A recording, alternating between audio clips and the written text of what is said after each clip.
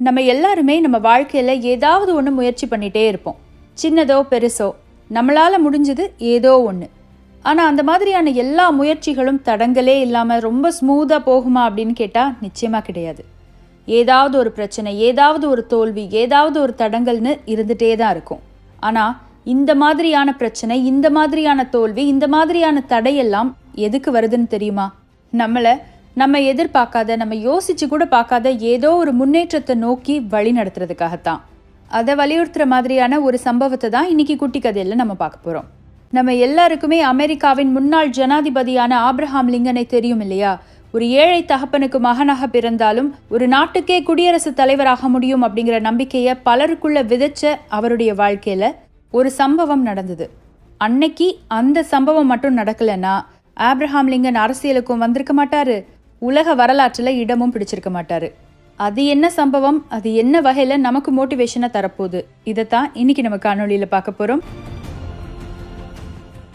Abraham Lincoln ரொம்பவே ஏழ்மையான ஒரு குடும்பத்தில் பிறந்தவர்.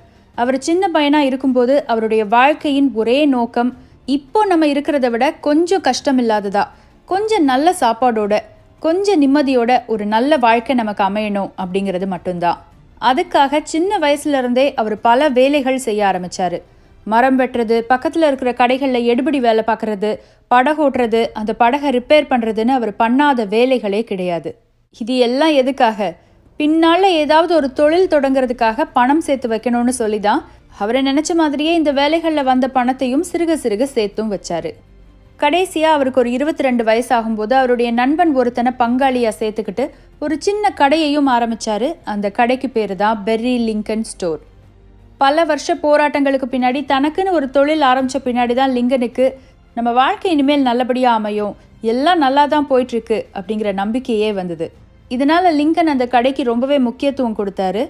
புத்தகம் வாசிக்கிறது, மேடை பேச்சுக்கு பயிற்சி எடுக்கிறது, சமூக சீர்திருத்தம்னு எதன் மேலே அவருக்கு ரொம்ப ஆர்வம் அதிகமாக இருந்தாலும் இந்த கடை விஷயத்தில் லிங்கன் ரொம்பவே கவனமாக இருப்பார். இப்படி இருக்கும்போது அந்த கடை ஆரம்பித்த 2 வருஷத்தில் அவரோட நண்பனுடைய கெட்ட பழக்கத்தால் அந்த கடை கொஞ்சம் கொஞ்சமாக சரிவை சந்திக்க ஆரம்பிச்சுது.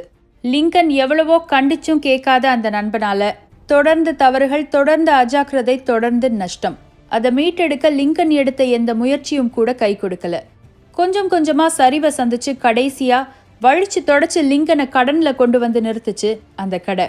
அது வரைக்கும் அவர் சேர்த்து வச்சிருந்த பணம், வியாபாரத்தின் மேல அவருக்கு இருந்த பிரியம், முன்னேறிடலான்னு அவருக்கு வந்த நம்பிக்கை எல்லாத்தையும் சுக்கு நூறா உடைச்சு போட்டுது அந்த நஷ்டம். கொஞ்சம் யோசிச்சு பாருங்க, வாழ்க்கை முழுசும் கஷ்டப்பட்ட ஒருத்தன் இந்த முயற்சியாவது நமக்கு வெற்றியை தரும், ஒரு நல்ல வாழ்க்கையை தரும்னு எதிர்பார்த்து அந்த முயற்சியும் தோல்வி அடைஞ்சா அவனுக்கு எப்படி இருக்கும்? ஆனால் உண்மையை சொல்லணும்னா இந்த தோல்விக்கு அப்புறம்தான் லிங்கனுடைய வாழ்க்கையில் ஒரு பெரிய மாற்றமே ஏற்பட்டது. எந்த இடத்த அவரை சுற்றி இருக்கிற எல்லாரும் ஃபெயிலியர் பாயிண்ட்டாக பார்த்தாங்களோ அந்த இடம்தான் அவருக்கு டேர்னிங் பாயிண்ட்டாகவும் அமைஞ்சுது. ஏன்னா இதுக்கப்புறம் ஒரு புது கடை தொடங்கணும் அப்படின்னா அவர்கிட்ட கையில் காசு இல்லை. அந்த கடைக்காக அவரும் அவர் நண்பனும் சேர்ந்து வாங்கின கடன் எல்லாமே லிங்கனுடைய தலையில் வந்து விழுந்துருச்சு. ஏற்கனவே அவர் பார்த்துட்டு இருந்த மாதிரி மர வேலையோ கடையில் எடுபடி வேலையோ பார்த்தா நிச்சயமாக அந்த கடனை அடைக்க முடியாது. கொஞ்சமாவது நல்ல சம்பளம் இருக்கிற வேலைக்கு அவர் போயே ஆகணும். அப்போ தான் லிங்கனுக்கு ஒரு யோசனை தோணுச்சு. நமக்கு புத்தகங்கள் படிக்கிறதுனா ரொம்ப பிடிக்குது, பேசுகிறதும் ரொம்ப பிடிக்குது, ரெண்டையும் சேர்த்து பண்ண முடிஞ்ச ஒரே வேலைனா வக்கீல் வேலை தான். பேசாமல் சட்டம் படிச்சிடலான்னு சொல்லி சட்டம் படிக்க ஆரம்பித்தார். அந்த சட்டத்தில் வல்லுநராக ஆனார். அதன் மூலமாக நிறைய அரசியல் பிரமுகர்களுடைய தொடர்பு அவருக்கு கிடைச்சிது. அரசியலுக்கு வந்தார்.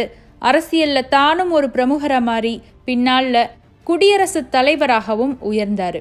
இப்போ சொல்லுங்க, அன்னைக்கு அவருக்கு வந்த நஷ்டம், அன்னைக்கு அவருக்கு வந்த தோல்வி அவரை முன்னேற வச்சு மேலே உயர்த்தி விட்டுதா இல்லை கீழே தள்ளி விட்டுதா?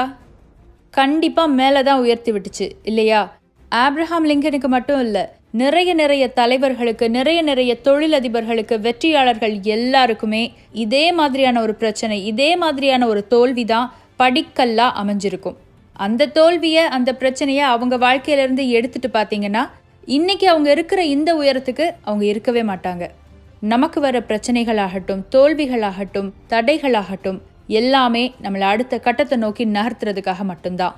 நீங்கள் ஒன்று மட்டும் பண்ணணும், இந்த பிரச்சனைகளை சவால்களாக பார்க்கணும், தோல்விகளை தூண்டுகோலாக பார்க்கணும், தடைக்கற்களை திருப்பு முனைகளாக பார்க்கணும்.